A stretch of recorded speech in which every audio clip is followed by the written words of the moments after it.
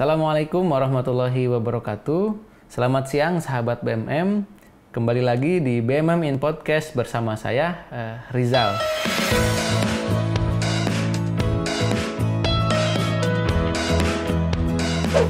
Nah, sahabat BMM yang ada di rumah, jangan lupa untuk like, subscribe, dan juga komen ya tentang materi-materi podcast yang ingin dibahas di podcast-podcast selanjutnya.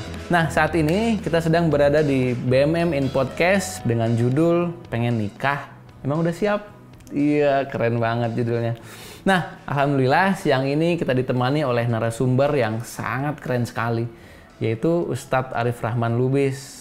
Beliau adalah seorang dai, influencer, penulis buku, serta founder dari Teladan Rasul dan Half a Din. Luar biasa. Assalamualaikum Ustadz Arif, gimana kabarnya Ustadz? Waalaikumsalam warahmatullahi wabarakatuh. Alhamdulillah kabarnya baik sekali. Sehat ya Ustadz ya? Alhamdulillah. Alhamdulillah. Baik, terima kasih Ustadz Arif sudah bergabung bersama kami di BMM in Podcast. Nah, sahabat BMM, kita akan mengulas banyak sekali tentang pernikahan, mulai dari persiapan, sehingga sahabat BMM setelah dengerin podcast ini udah bisa mulai nih nyiapin kira-kira apa nih yang akan step-step menuju pernikahan gitu ya.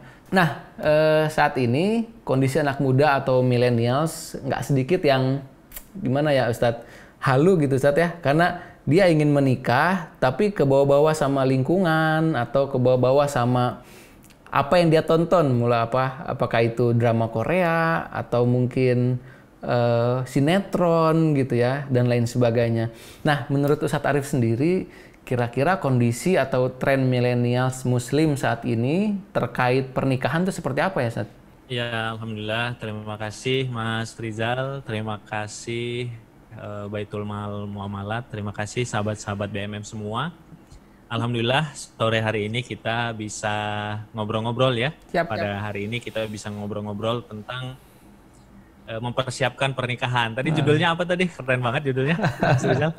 Pengen nikah, emang udah siap gitu. Pengen nikah, emang udah siap ya. Jadi tren sekarang ya, kalau saya lihat tadi benar ya yang disampaikan oleh Mas Rizal. Hal yang patut disyukuri, yang pertama alhamdulillah sudah mulai ada sudah mulai ada sekelompok anak muda ya yang terbantu juga dengan fenomena mungkin beberapa orang public figure atau artis hijrah lah disebutnya seperti itu ya, atau kemudian kita juga di antara beberapa dai mungkin cukup banyak guru-guru kita yang juga concern untuk memberikan edukasi terkait dengan proses menuju pernikahan. Sehingga saat ini alhamdulillah sudah mulai ada sekelompok anak-anak muda yang dia ingin segera menikah, tapi juga bukan hanya segera, tapi juga mempersiapkan diri. Nah, mempersiapkan diri dan menjemputnya dengan cara ta'aruf. Masya Allah. Nah, tapi nggak dipungkirin juga ya, ada juga sekelompok atau sebagian anak muda yang tadi seperti disampaikan Mas Rizal, mungkin karena adanya adanya hiburan-hiburan, beberapa jenis hiburan-hiburan, sehingga melihat bahwa pernikahan itu malah fokusnya ke sisi-sisi percintaan sebelum menikahnya. Dan seolah-olah jadinya hubungannya kadang-kadang terlalu dramatis dan terlalu rumit seolah-olah kan gitu ya. Jadi fokusnya bukan pada sesuatu yang penting, tapi malah kepada sesuatu yang sifatnya itu kurang penting atau mendramatisir, atau bahkan ya khawatirnya kita memang cukup banyak yang akhirnya jadi terjerumus kepada hal-hal yang kurang pantas atau di luar batas-batas, jatuhnya kepada maksiat gitu, Mas Rizal. Baik Ustadz, nah tadi kan sudah dijelaskan ada dua sisi Ustadz ya. Ada yang dia memang punya komitmen buat menikah dengan cara-cara yang baik gitu ya. Ada juga yang dia ingin menikah cuma caranya sedikit salah gitu ya. Jadi dia mulai dengan ya percintaannya segala macam sebelum pernikahan itu terjadi. Nah, supaya lebih dapat nih maknanya Ustadz Arif, kira-kira boleh dijelaskan nggak secara singkat apa sih arti dari sebuah pernikahan itu, Ustadz? Ya, jadi memang tadi ya yang dari obrolan kita yang awal tadi, jangan sampai juga memang pernikahan ini tereduksi jadi seolah-olah hanya sekedar romantisme. romantisme sehari 2 hari, sebulan 2 bulan, setahun 2 tahun kan gitu ya. Atau 1 episode 2 episode gitu. Pernikahan ini kan sebenarnya dengan pernikahan, Mas, kita itu sebenarnya kalau dengan orang tua atau dengan saudara kan kita tidak bisa memilih ya. Tapi dengan pernikahan kita berusaha untuk diperintahkan untuk memilih yang terbaik.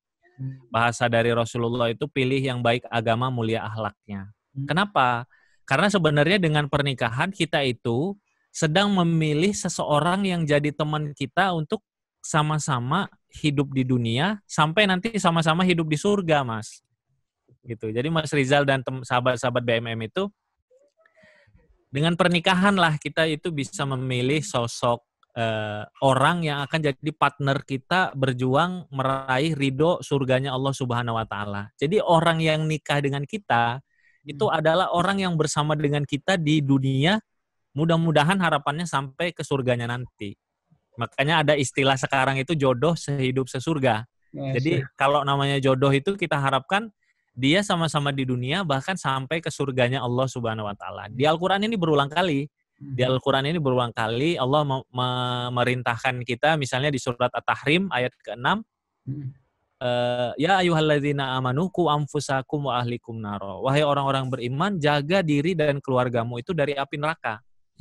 Artinya kan kalau kita sudah menikah, kita punya pasangan, kita nanti misalnya punya keturunan anak-anak, kita itu wajib untuk ngejaga keluarga kita, diri kita dan keluarga kita itu untuk bisa sama-sama masuk surga. Jangan sampai di neraka. Gitu. Ada lagi nanti di Ar-Ra'd surat ke-13 ayat ke-23, konteksnya itu nanti dikatakan orang-orang yang beriman bersama dengan anak cucu, nenek moyang dan juga pasangan-pasangan mereka itu nanti dikumpulkan di surga. Ya, jadi intinya adalah dengan pernikahan itu sebenarnya bukan romantisme 1-2 hari, bukan romantisme 1-2 tahun, bahkan bukan hanya sekedar kebersamaan di dunia. Bisa jadi di dunia kita bersama pasangan misalnya 30-40 tahun. Tapi bayangan kita itu orang yang jadi jodoh kita itu adalah pasangan hidup kita di dunia, harapannya bahkan sampai di surga selama-lamanya. Makanya perlu banget untuk pilih orang yang baik agama, mulia akhlak. Masya Allah. Mantap Ustadz. Berarti memang tujuan pernikahan itu sangat itu Ustadz ya, melampaui batas duniawi gitu ya. Jadi sampai ke ukhrawi gitu, sampai kita betul-betul punya visi untuk bisa bersama-sama dengan pasangan kita di surga. Luar biasa. Jadi memang pernikahan itu pandangannya jauh gitu, Mas. Jauh ke depan. Nah, menurut Ustadz nih, kira-kira apa sih yang menyebabkan seseorang itu nih yakin gitu ya dan mantap untuk menikah gitu ya?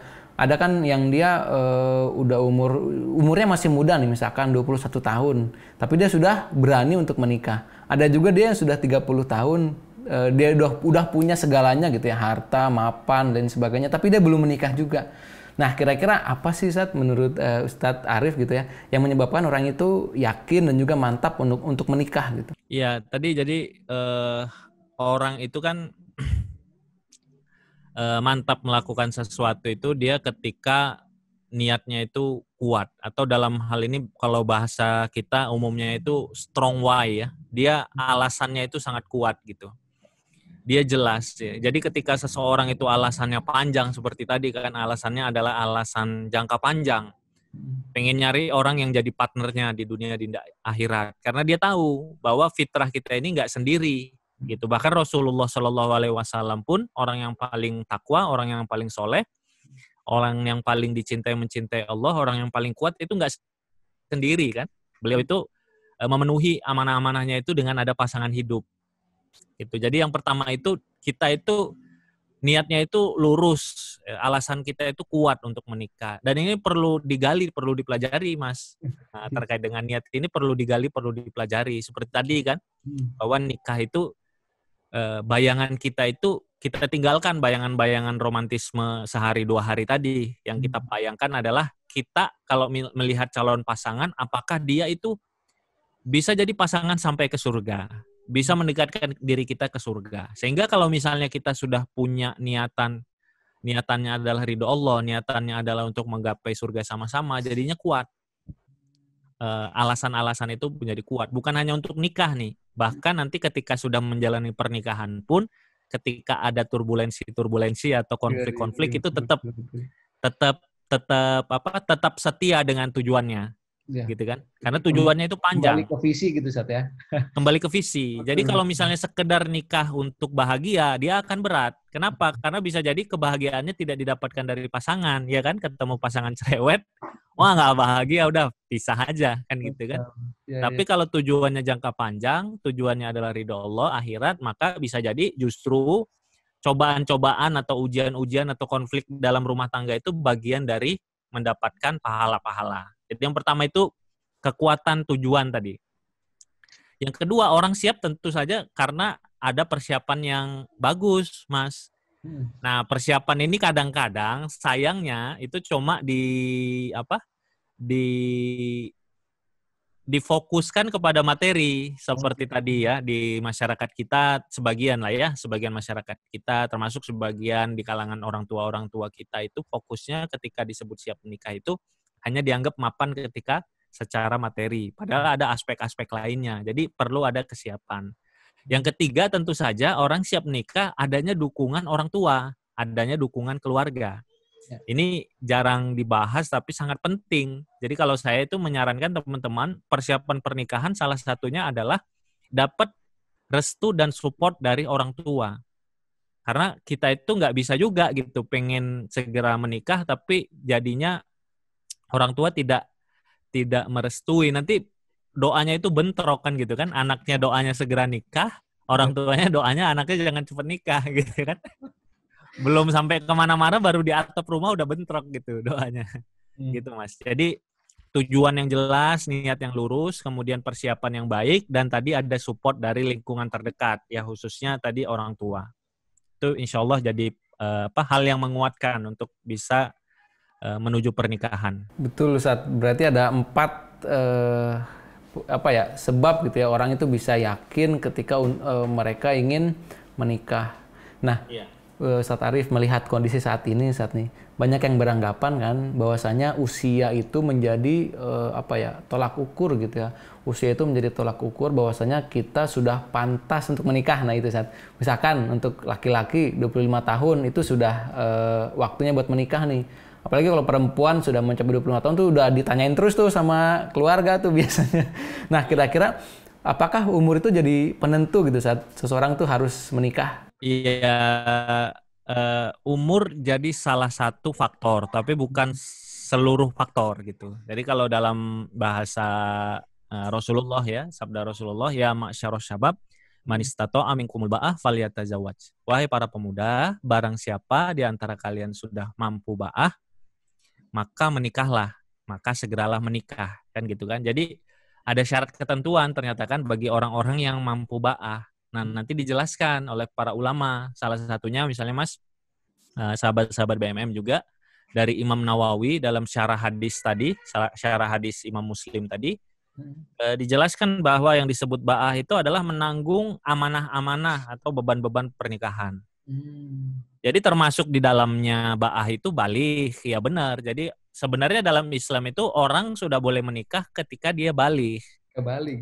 Ketika baligh, tapi tentu saja nggak semua orang yang baligh sudah mampu untuk menikah kan. Nah, tentu saja dibedakan antara kedewasaan umur dengan kedewasaan mental dan ilmu gitu. Mental dan ilmu. Tapi juga bisa jadi, Mas, saya juga mendapati misalnya sahabat-sahabat saya, mereka ada kenalan saya, sahabat saya, salah satunya sahabat saya, 5 bersaudara, itu menikahnya umur 19, 18 tahun.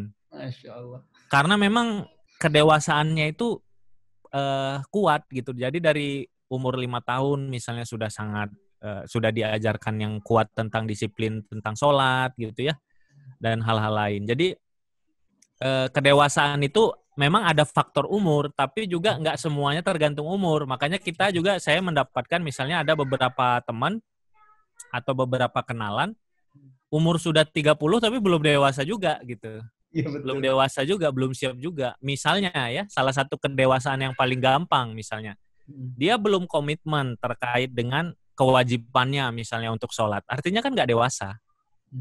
Iya kan? Untuk sholat orang bagi saya, orang yang muslim sudah balik, kemudian bahkan sampai umur 25, 26, dia masih bolong-bolong sholatnya, itu orang nggak dewasa. Ya kan? Dia nggak bisa ya kedewasaan salah satunya kan adalah tanggung jawab diri kan? Tanggung jawab diri gitu. Terus ada juga laki-laki misalnya umur 30 masih minta terus ke orang tua. Itu kan nggak dewasa.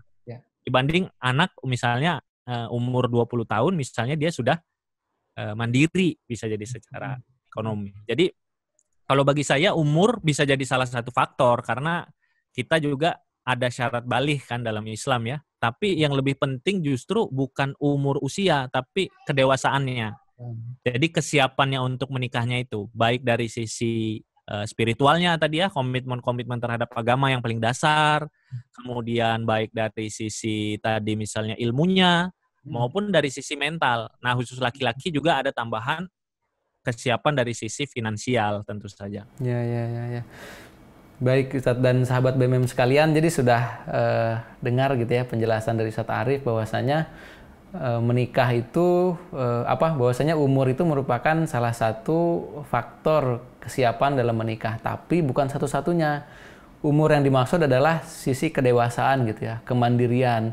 Dan yang disebut mandiri adalah orang yang sudah bisa dan terbiasa bangun subuh sendiri gitu ya, Ustadz Arif ya. Kalau subuhnya sudah bisa bangun sendiri, apalagi berjamaah, insya Allah salat-salat yang lain sudah bisa terjalankan dengan maksimal. Yang penting kan salat subuh dan sebagainya itu bisa berjamaah.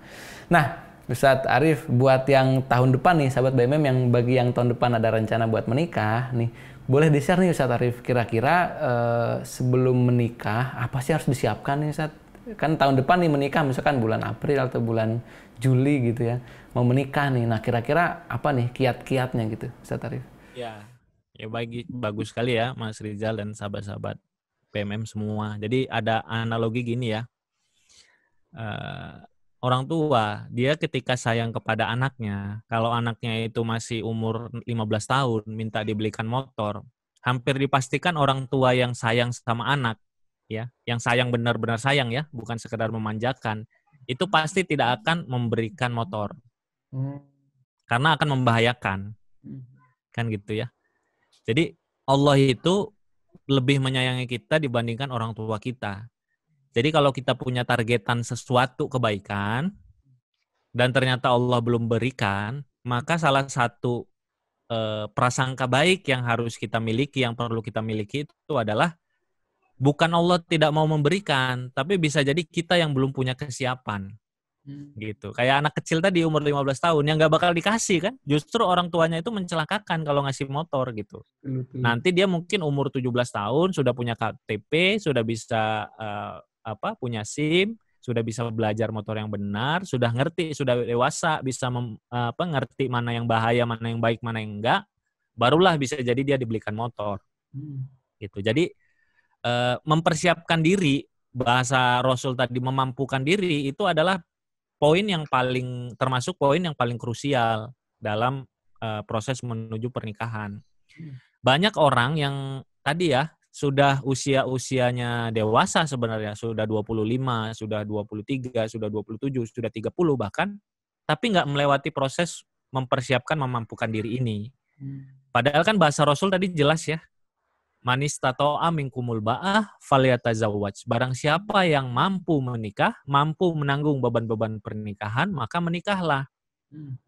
Jadi nggak asal nikah orang muslim itu. Jadi nikah itu bukan sekedar mau nikah kemudian nikah. Nikah mudah-mudahan, bukan. Nikah ketika mampu.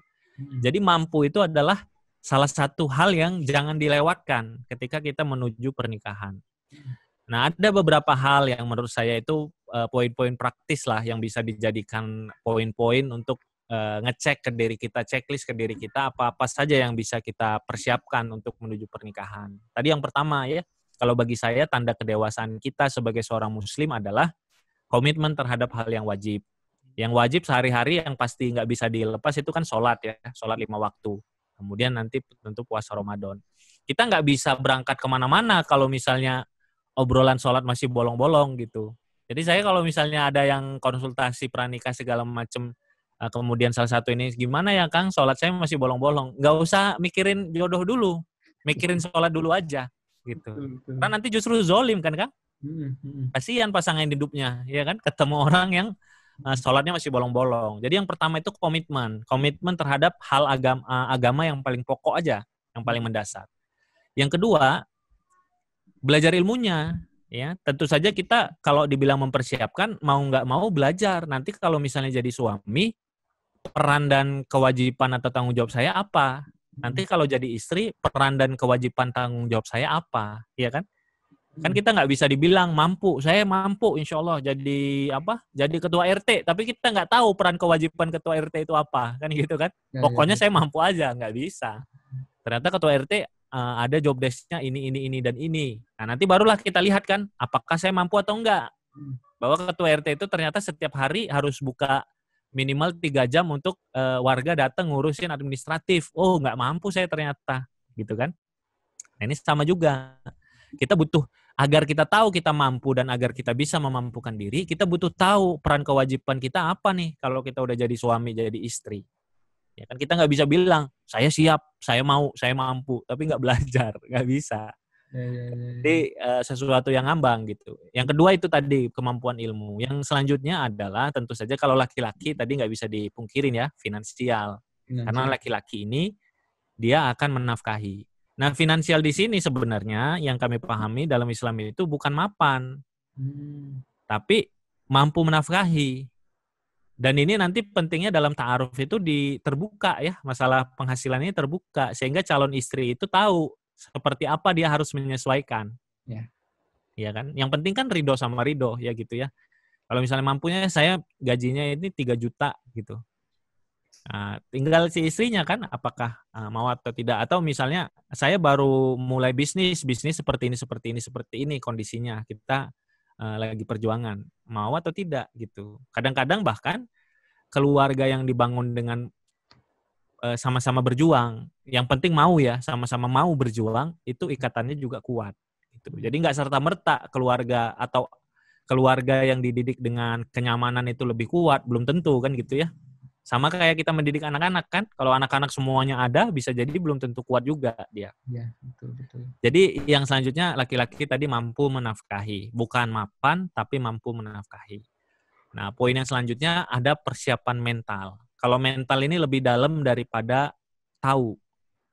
Nah, kalau mental kira-kira kalau analoginya tadi ketua RT, kalau misalnya tahu kan kita baca-baca nih job desk-nya ya, Mas Rizal ya, job desk ketua RT. Kita jadi kebayang nih, punya pengetahuan. Kalau persiapan mental, kira-kira kita magang nih. Ngelihat nih, ketua RT kalau dalam 1 hari, kira-kira nih dalam 1 hari, 2 hari, ngapain aja. Jadi kita sebenarnya lebih mendalam daripada tahu, tapi juga kita cukup merasakan.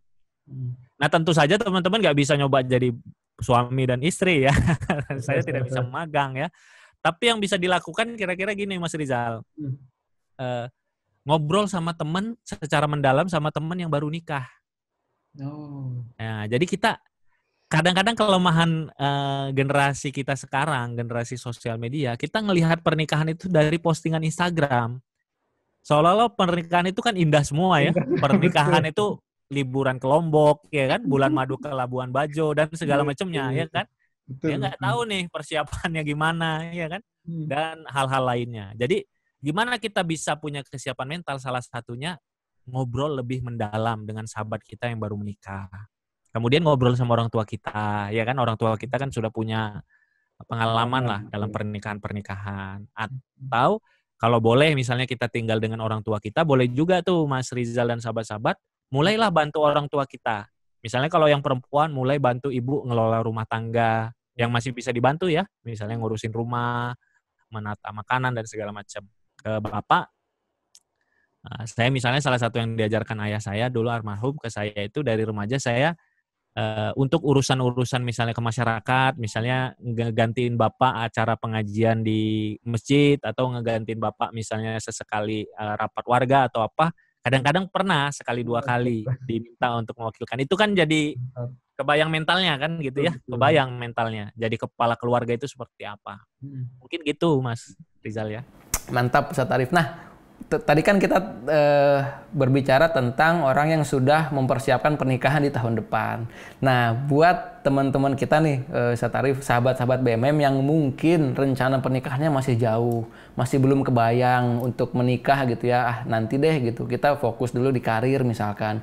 Nah, kira-kira apa nih Satarif tipsnya supaya kita bisa terhindar, sahabat-sahabat BMM bisa terhindar dari maksiat yang berkaitan dengan cinta ataupun penyakit-penyakit sebelum pernikahan itu berlangsung. Ya, jadi bagi sahabat-sahabat yang masih jauh ya, yang pertama sih kalau belajar ilmunya sih nggak masalah sebenarnya ya. Ilmu itu jadi dari kapan aja sebenarnya bagus pengetahuan-pengetahuan. Tapi salah satunya mungkin fokus di belajar ilmu, jangan di melihat pengalaman-pengalaman. Baik itu di Instagram ya, salah follow gitu Kang. Yang di follow selebgram yang romantis-romantis terus. Nanti dia akhirnya baper ya kan. Baper atau salah tontonan yang ditonton drama-drama Korea atau drama-drama romantis terus gitu. Sehingga akhirnya kan kita sesuai dengan apa yang kita lihat, apa yang kita tonton, apa yang kita dengar juga kan. Sehingga kita sudah tahu bahwa kita fokusnya bukan itu, tapi malah kita mendekatkan diri dan mensuplai pikiran dan hati kita dengan itu. Jadi pilih-pilih lah, pilih-pilih bacaan, pilih-pilih tontonan, pilih-pilih yang di-follow ya. Fokus saja. Nah, yang kedua tadi fokus. Sekarang apa? Masing-masing kita ini kan pasti tentunya ya seorang muslim itu harapannya punya rencana-rencana biar hidupnya itu produktif kan. Kita juga punya tanggung jawab. Kalau sekarang fokusnya misalnya sedang kuliah, ya fokuskan dengan kuliah tersebut. Kalau sekarang sedang bekerja dan misalnya targetnya meniti karir misalnya, tapi sambil baca-baca atau sambil dengar kajian-kajian terkait itu, ya silahkan fokuskan dengan hal tersebut. Jadi punya fokus. Nah, biasanya memang kita ini tergoda untuk maksiat atau sia-sia ketika waktu luang. Waktu luang. Nah, kalau orang waktu luang itu sebenarnya kalau bagi anak muda itu pengangguran namanya. Jangan sampai ada waktu luang kalau anak muda, ya kan? Anak muda jangan ada waktu luang karena Kang, tapi kan hiburan. Ya, hiburan sendiri itu bukan waktu luang. Misalnya ya, kalau teman-teman ada waktu kosong di weekend, lebih baik naik gunung misalnya. Atau misalnya naik sepeda. Jadi nggak ada waktu luang karena kalau waktu luang itu yang dipakai itu buat ngelamun, ya kan? Apalagi seharian ya, makanya bisa nonton sampai berseri-seri sampai seharian melamun atau ya tadi ngehayal hal-hal yang nggak jelas tadi gitu. Jadi produktif. Kalau berhibur atau hiburan ya hiburan yang baik yang main olahraga bareng sama teman-teman atau naik gunung atau misalnya hiburan-hiburan lain yang masih baik ya. Atau kalau misalnya waktu sedang kuliah ya fokus kuliah, waktu sedang kerja fokus kerja. Di luar itu ada rencana-rencana kehidupan. Ya. Jangan pas kuliah mikirin main, pas main mikirin kuliah. Jadi Balik. nggak ada yang serius gitu kan. Kan kadang-kadang ada yang gitu ya. Betul.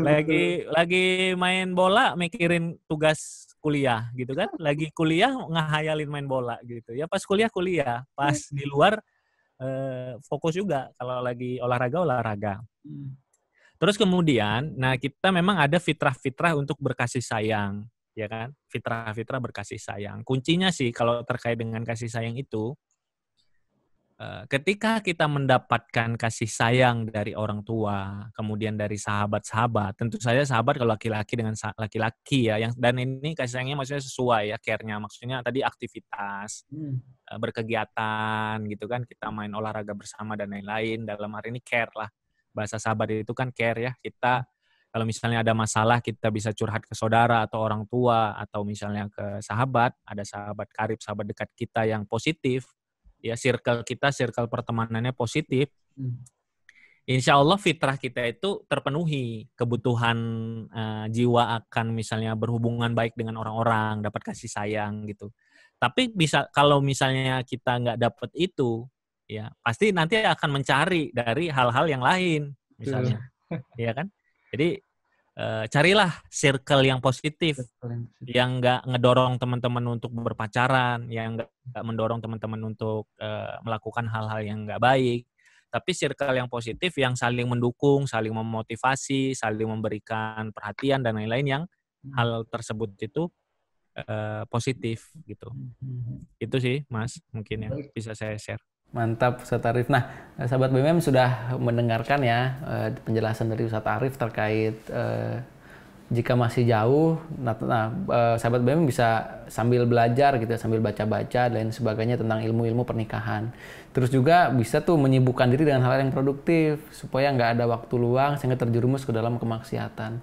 Dan yang terakhir tentu pergaulan kita diperbaiki gitu ya, gabung dengan kelompok-kelompok yang dia mendukung kita untuk bisa maksimal dalam meningkatkan produktivitas kita, entah itu pengajian, entah itu hobi gitu ya, sehingga bisa terhindar dari kemaksiatan sebelum menikah. Nah, Ustadz Arif terakhir nih untuk sahabat BMM. Nah, buat sahabat BMM yang sudah siap banget buat nikah tapi bingung nih Ustadz Arif, kira-kira proses ta'aruf tuh gimana sih gitu Ustadz? Bisa dijelaskan Ustadz langkah-langkah nih untuk kita ta'arufan? Iya. Ta'aruf itu sebenarnya bukan sekedar istilah ya. Kalau istilah ta'aruf itu kan perkenalan. Perkenalan yang umum, perkenalan ya untuk apa saja. Misalnya ta'aruf mahasiswa baru, ta'aruf juga disebutnya perkenalan. Tapi kalau ta'aruf yang disebutkan di sini mungkin kan perkenalan antara laki-laki dan perempuan yang sama-sama tujuannya untuk menuju pernikahan. Jadi dia ingin mengenal nih calon suami, calon istrinya, apakah dia itu baik agama mulia akhlaknya, seperti yang disampaikan oleh Rasulullah tadi kan gitu kan. Sebenarnya jangan hati-hati juga kita terjebak pada istilah. Jadi bukan sekedar kenalannya yang penting itu, tapi kenalannya yang sesuai dengan koridor-koridor. Jadi ada prinsip-prinsipnya lah kalau bisa dibilang prinsip-prinsipnya. Yang pertama tadi kan kenalannya itu tujuannya untuk nikah. Kalau nikahnya 10 tahun lagi kenalannya sekarang itu namanya ngisi waktu atau hobi. Ya kan? Ditanya hobinya apa? Hobinya ta'aruf. Itulah. Orang ta'arufnya masih 7 tahun lagi, nikahnya targetnya 7 tahun lagi, ta'arufnya dari sekarang. Kalau disebut ta'aruf itu sudah sama-sama siap nikah. Tadi sudah memampukan diri tadi, sudah dapat restu dari orang tua. Sehingga ta'arufnya memang sesuai dengan tujuan ta'aruf tadi kan, menuju pernikahan. Kita mengenal calon suami atau calon istri kita. Gitu. Ta'aruf itu jadi tujuannya itu pernikahan. Dilakukan oleh orang yang sudah siap menikah. Ta'aruf, dia nggak bermaksiat. Jadi nggak ada tuh ta'aruf sambil nonton Wonder Woman sekarang. Misalnya nonton Aquaman, nonton Avenger Endgame, ya kan, ta'arufnya di bioskop. Atau ta'arufnya berdua-duaan sambil bonceng-boncengan dan segala macam. Ta'aruf itu menghindari maksiat baik itu berdua-duaan, bersentuh-sentuhan maupun bermesra-mesraan. Tapi di samping itu, jangan salah juga sahabat-sahabat semua, sahabat-sahabat BMM. Di samping ta'aruf menghindari berdua-duaan, bermaksiat, bermesra-mesraan, tapi ta'aruf juga menghendaki agar kita mengenal secara mendalam. Jadi jangan sampai nih cukup banyak juga ini salah kaprah ta'aruf. Ta'aruf itu jadi sama kayak milih kucing dalam karung. Jadi ta'aruf itu cepet-cepetan gitu kan. Padahal ada wasiat dari Rasulullah bagi yang laki-laki, fasfar bidzatiddin, pilih yang baik agamanya. Bagi yang perempuan, man tardawna dinahu wa khuluquhu fazawwijuhu. Kalau ada laki-laki yang kalian ridhoi agama dan akhlaknya melamar anak gadis kalian, maka nikahkanlah ia.